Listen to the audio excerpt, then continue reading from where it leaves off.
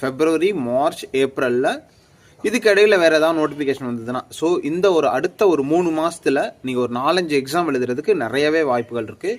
கன்ஃபார்மாக நீங்கள் ஒரு 3 எக்ஸாம் எழுதிடலாம். அதனால் இப்போவே ப்ரிப்ரேஷனை அட்லீஸ்ட் இப்போனாவது ப்ரிப்ரேஷனை ஸ்டார்ட் பண்ணீங்க அப்படின்னா, ஃபெப்ரவரியில் இப்போ இஎஸ்ஐசிக்கு எய்ம்ஸ் மூலமாக போகிற நோட்டிஃபிகேஷனு, மார்ச்சில் உங்களுக்கு டென்டேட்டிவ்லி உங்களுக்கு பார்த்தீங்கன்னா ஆர்ஆர்பி எக்ஸாமினேஷன் நர்சிங் அண்ட் பேராமெடிக்கலுக்கு, ஏப்ரலில் உங்களுக்கு நார்செட் 8க்கான எய்ம்ஸ் நர்சிங் ஆஃபீஸர் எக்ஸாமுக்கான நோட்டிஃபிகேஷன். ஸோ ஃபெப்ரவரி, மார்ச், ஏப்ரலில் கன்ஃபார்மாக 3 எக்ஸாம் இருக்குது நர்சிங் ஆஃபீஸர் எக்ஸாமுக்கு.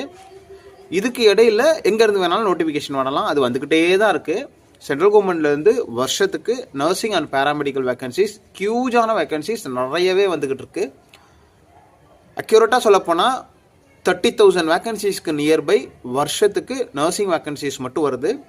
இதை தவிர சென்ட்ரல்